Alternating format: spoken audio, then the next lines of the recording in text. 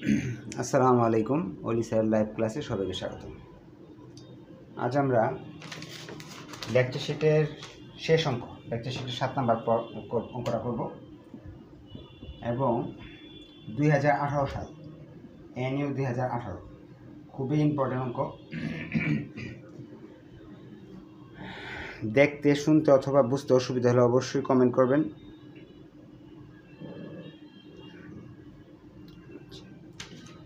আমরা ডাকে চলে যাচ্ছি সময় নষ্ট না করে, যেহেতু অঙ্কটা একটু ঝামেলার।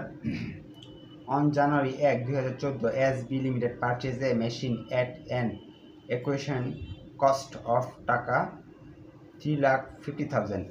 একটা মেশিন কিনছে, তারা খরচ পড়ছে কস্ট 3,50,000 টাকা। এটা প্রশ্নে দেওয়া। এটা কিন্তু আমাদের সবচেয়ে প্রয়োজনীয় তথ্য, 1 নাম্বার তথ্য।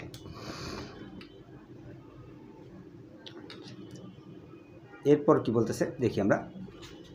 এরপরে বলতেছে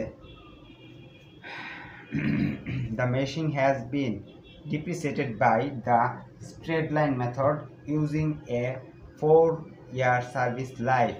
4 বছর লাইফ কত? 4 বছর। 4 বছর পরে and টাকা 50,000 salvage value। salvage value 50,000 টাকা। SB 50,000 টাকা। আর কি 4 বছর ওই যে কিনছি যে 3.5 লাখ টাকা দিয়ে, 4 বছর ব্যবহার করার পরে এটা আমি বিক্রি করে দিতে পারবো 50,000 টাকা। এই কথাগুলো বলেছে। The company financial year ended 31 December. 1 ডিসেম্বরের 31 তারিখে তাদের হিসাব শেষ হয়।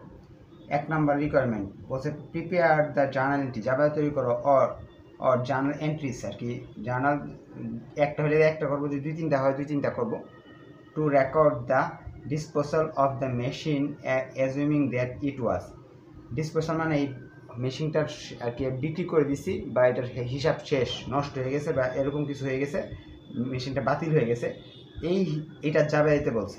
মেশিন বিক্রি করে দিলে বা বাতিল হয়ে গেলে কি যাবে দিতে হয় এগুলো আমরা জানি, আগের ক্লাসগুলোতে আমরা করছি।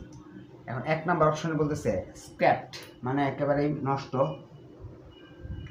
অ্যান্ড রিটায়ার্ড নিয়ে নিছে, একেবারে নষ্ট হয়ে গেছে। উইথ নো সেলভেজ ভ্যালু, কোনো টাকা পাইলাম না। আমরা ভাবছিলাম 50,000 পাবো, কিন্তু এই টাকা পাই নাই। জানুয়ারি 1, 2018 জানুয়ারি 1, 2018 সালে জানুয়ারি 1 তারিখে মেশিনটা পুরো নষ্ট হয়ে গেছে, বাতিল হয়ে গেছে, কোনো সেলভেজ ভ্যালু পাওয়া যায়নি। তাহলে জাবেদার কী দিতে হবে এটা তারা জানতে চাইছে। জাবেদার অবশ্যই ঘর করতে হবে, ওয়ার্কিং করতে হবে। ফার্স্টে একটা ওয়ার্কিং 1 অবচয় যাবে ওয়ার্কিং করতে হবে। অ্যাকোমোডেটেড ডিপ্রিসিয়েশন এর ওয়ার্কিং করলাম। আমরা জানি ডিপ্রিসিয়েশনের জাবেদা cost minus salvage value, cost minus SB salvage value by life. Cost হলো, এদিকে করে দেখাই, জায়গা একটু কম। কস্ট কত? 3.5 লাখ টাকা। সেলভেজ ভ্যালু হলো আমার, এটাতে 1 বছরের অবচয় বের হবে। আমার অঙ্কটা কয় বছর করতে হবে? 2014 সালের জানুয়ারি থেকে 2018 সাল পর্যন্ত কয় বছর হয়? 4 বছর। এই যে 1 বছরের অবচয়কে 4 দিয়ে যদি আমি গুণ করিতে 4 বছরের অবচয় বেরিয়ে আসবে। তাহলে আমার খরচ পড়তেছে হলো 3.5 লক্ষ টাকা। সেলভেজ ভ্যালু 50,000 টাকা। লাইফ হইলো তাহলে এই মোট কয় বছর চলবে বলতেছিল অঙ্কে, যে বলতেছিল এটা 4 বছর চলবে, মোট লাইফ 4 বছর। আর এখানে যে 4 বছর কীভাবে আসছে? এটা আসছে 2018 সাল থেকে 2014 সাল। 4 বছর আমি ব্যবহার করছি, 4 বছর অবচয় আমি বের করতেছি। ক্যালকুলেশন করলাম, আসলো 3 লক্ষ টাকা।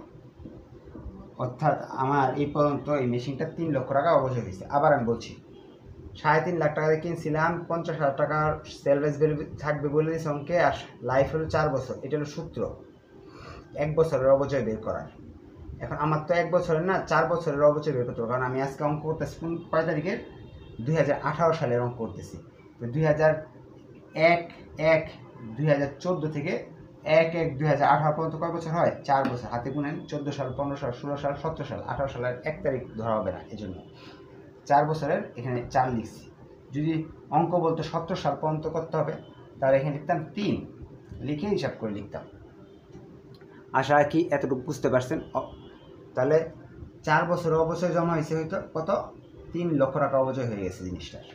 এখন জাবেদা কীভাবে করব, সবসময় ওয়ার্কিংটা করে নিতে হবে। জাবেদা একটা ঘর করে নিব আমরা।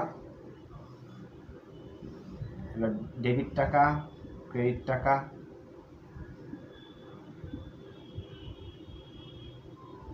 Referred date,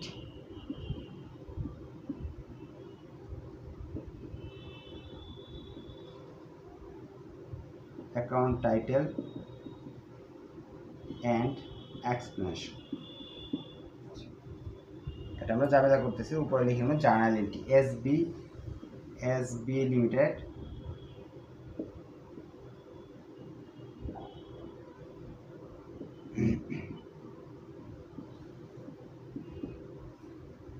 journal entries.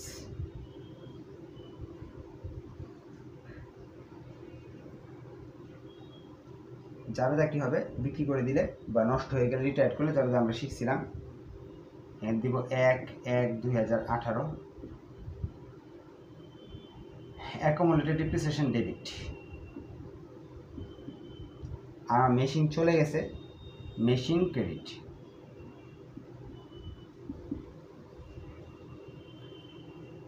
Accumulated depreciation 3 লক্ষ টাকা, মেশিন গেল আমার 3.5 লক্ষ টাকার। দেখেন একটু চিন্তা করে, 3.5 লক্ষ টাকার মেশিন নাই হয়ে গেছে, অবচয় হয়েছে মাত্র 3 লাখ টাকা। অবচয় কোথায় পাইছে, যে এখানে 3 লাখ টাকা অবচয় হয়েছে। তাহলে 50,000 টাকা কিন্তু আমার শর্ট পড়লো, ক্ষতি হয়ে গেল। ক্ষতির নাম কি লিখতে হয়, লস অন ডিসপোজাল।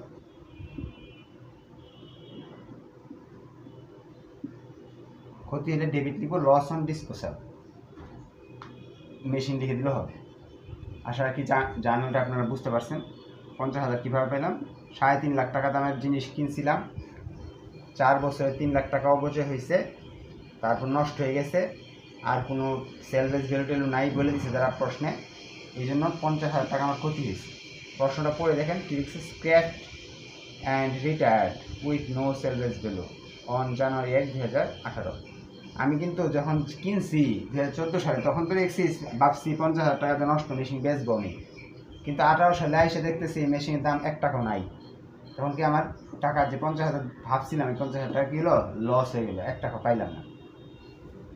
ভিডিওটা আরেকবার দেখবেন যদি না বুঝেন। এখন আমরা 2 নাম্বারে যাচ্ছি, 1 নাম্বার শেষ। 2 নাম্বার বলছে নতুন করে আরেকটা নতুন কথা বলতেছে, সোল্ড অফ টাকা 40,000 অন জুলাই 2017। জুলাই 2017 সালে আমরা এই জিনিসটা বেচে দিলাম কত টাকায়, 40,000 টাকায়। তাহলে কি ঘটবে, তাহলে রিকোয়ারমেন্ট 2 লিখবো এখানে, লিখে এইগুলো মুছে ফেলি, কারণ এইগুলো তো আমার, এখানে দেখেন বলতেছে কত সাল পর্যন্ত আবার ওয়ার্কিং করলাম, অ্যাকুমুলেটেড ডিপ্রিসিয়েশন ওয়ার্কিং করতেছি, cost minus salvage value by life. তারা বলতেছে 2017 সালের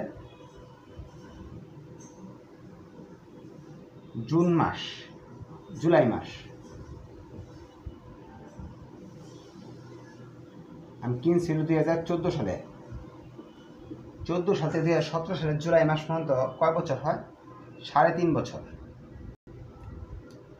কারণ 14, 15, 16 আর 17 অর্ধেক, এখানে লিখবো কত, 3.5। তাহলে আমার 3.5 ক্যালকুলেশন যদি করি, এই হিসাবটা করি যদি 3.5 দিয়ে, তাহলে আসতেছে 2,62,500 টাকার অবচয় অলরেডি আমার হয়েছে। এই 3.5 বছরে আমি মেশিনটা ব্যবহার করে এই টাকাটার অবচয় হয়েছে, এটা আমরা বুঝতে পারলাম। জাবেদা দিতে হবে, প্রতিষ্ঠানের নাম, জাবেদার ঘর করলাম, এখন লিখা করে লিখতে হবে।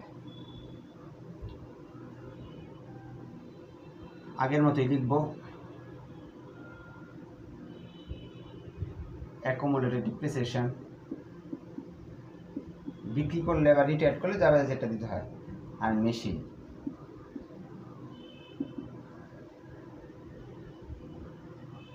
মেশিন তো 3.5 লাখ টাকার গেল। অবচয় বাবদ হিসাব করছি 2,62,500। নগদ পায়ে গেলাম আমি ক্যাশ 40,000 টাকায় বিক্রি করছি। এখন দেখি লাভ না লস হলো আমার। 3.5 লাখ টাকা দামের জিনিস অবচয় হয়েছে 2,62,500 টাকা। 40,000 টাকায় বিক্রি করছি। যে টাকায় বিক্রি করবো নগদ টাকা পাইছি যেহেতু ক্যাশ ডেবিট। এখন দেখা যাচ্ছে লস, কারণ 3.5 লাখের যে এনে 3.5 লাখ হয় না, হয় মাত্র 3,02,500 টাকা। তার মানে লস হয়েছে। লস হলে কি আবার লিখতে হবে লস অন ডিসপোজাল।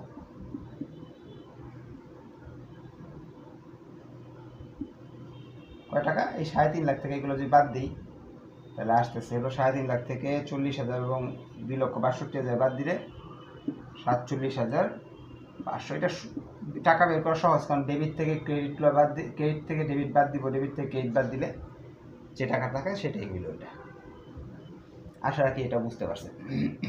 না বুঝলে অবশ্যই কমেন্ট করতে পারেন। এখন যাচ্ছি আমরা 3 number, the old machine which 3 number, the old machine which has a fair market value 1,12,500 and 2,75,000 of cash were exchanged for a new machine on January 1। জানুয়ারি 1 তারিখে 2017 সালে আমি কি করছি, আমার মেশিনটা যে পুরাতনটা ওইটা দিয়ে দিছি, ওটার দাম ধরছি 1,12,500 এবং 2,75,000 টাকা দিয়ে নতুন মেশিন কিনছি। আগে তাহলে অবশ্যই বের করতে হবে। আগে আমি 3 লিখে ফেলি। 3 লিখে আমরা আগে ফার্স্টে অবচয় বের করলাম। 2017 সালের 1 তারিখে বিক্রি করতেছি, যেহেতু 3 বছরের অবচয় হবে।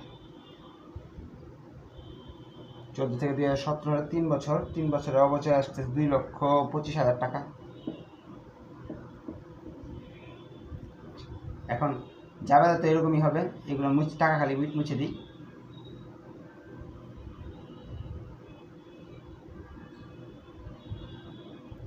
অ্যাকুমুলেটেড ডিপ্রিসিয়েশন হলো 2,25,000 টাকা। আর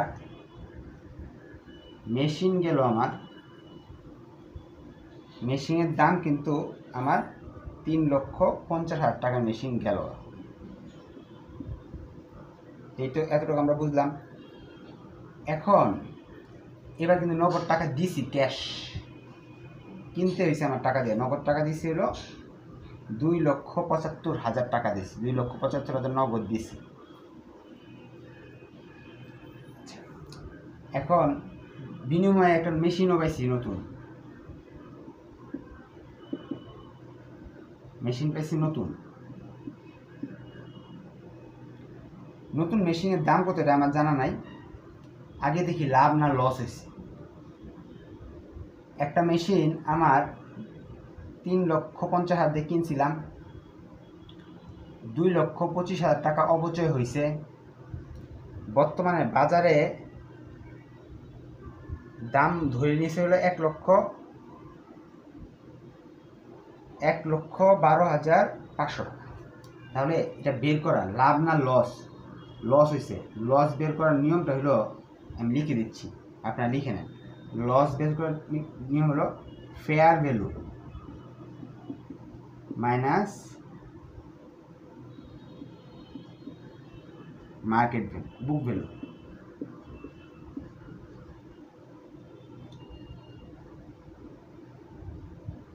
এখন আমার আরো সহজে বুঝে দিই, এটা ফেয়ার ভ্যালু বুক ভ্যালু বললে বুঝতে মন থাকবে।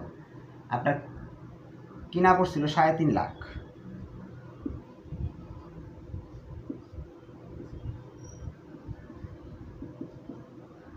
কেনা পড়ছিল। এখান থেকে অবচয় হয়েছে 2,25,000 টাকা। দাম ধরা হয়েছে কত? 1,12,500 টাকা।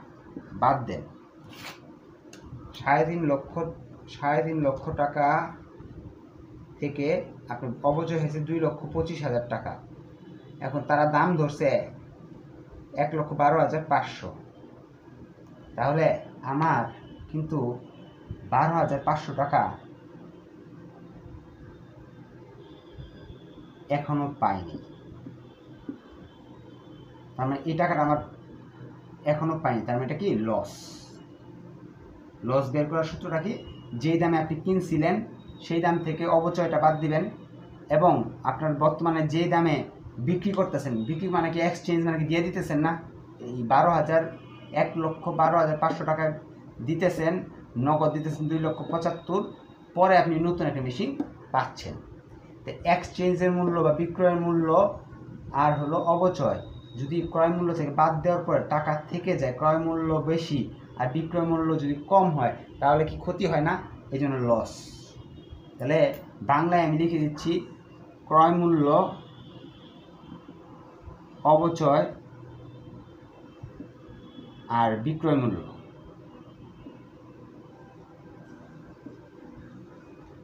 $12,500 আমার লস হলো। লসটা কীভাবে লিখতে হবে? লস অন ডিসপোজাল কত? 12,500।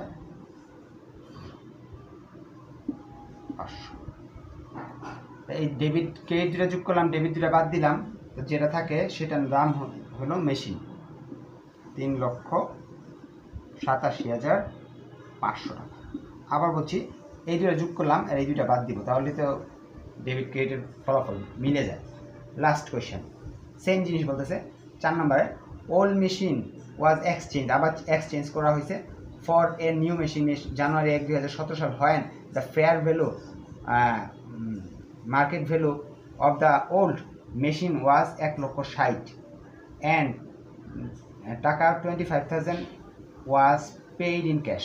একই সেম কথা, সেম ডেট, কিন্তু এখানে যে টাকা ছিল 1,12,500, সেই জায়গায় তারা বলে দিয়েছে 1,60,000 ধরা হয়েছে। তাহলে আমরা 4 নম্বর অপশন করতেছি। 4 নম্বর অপশন করতে গেলে সেম অবচয়ের করলাম, এই অবচয় আসছে। 4 নম্বর অপশনে এই টাকাগুলো খালি মুছে দিচ্ছি। অবচয় হয়েছে আমার, অবচয় বের করছি, এটা নগদ টাকা দিতে হইতেছে 25,000 আমার নতুন মেশিন কিনতে। আমার পুরাতন মেশিনের দাম 3.5 লক্ষ টাকা। এখন 1,60,000 টাকা দিয়ে বলতেছে যে পুরাতন মেশিনের দাম ধরা হয়েছে কত? 1,60,000। তাহলে আমার এখানে ধরতে হবে 1,60,000। 1,60,000 যদি ধরি, দেখেন 3.5 লাখ কিনা ছিল, 2,25,000 অবচয় হয়েছে, 1,60,000 টাকা আমার কি হইতেছে? 1,60,000 টাকা মেশিনের দাম ধরছি। তাহলে আমি কিন্তু এবার এই দুইটা বেশি আসতেছে, এদিক দিয়ে ক্রয় মূল্যটা কম আসতেছে, তার মানে আমার কি প্রফিট হয়েছে। প্রফিট, ক্রয় মূল্যের চেয়ে যদি বিক্রয় মূল্য বেশি হয় তাহলে কি হবে? গেইন বা প্রফিট। গেইন হলো কয় টাকা? 35,000 টাকা। হিসাব করে দেখেন, এখানে আসতেছে 35,000 টাকা। তো বিক্রয় মূল্য আগে, তাহলে সবচেয়ে ভালো হয় এই বিক্রয় মূল্যগুলো আগে লিখি। বিক্রয় মূল্যটা আগে লিখলাম আর ক্রয় মূল্যটা পরে লিখলাম। বিক্রয় মূল্য আছে হলো আমাদের ধরছিলাম 1,60,000, অবচয় হলো 2,25,000, আর ক্রয় মূল্য ছিল 3.5 লক্ষ টাকা। 35,000 টাকা প্রফিট। প্রফিট কি ডেবিট না ক্রেডিট? ক্রেডিট। লিখবো গেইন, গেইন অন ডিসপোজাল 35,000 টাকা। তো গেইন পেয়ে গেলাম, মেশিনের দাম পেয়ে গেলাম, ক্যাশ পেয়ে গেলাম, এটা পেয়ে গেলাম। এখন এই ক্রেডিট যোগ করবো, ডেবিট বাদ দিব, যেটা থাকবে সেটা লিখে ফেলবো এখানে। নিউ মেশিনের দাম হবে 1,00,000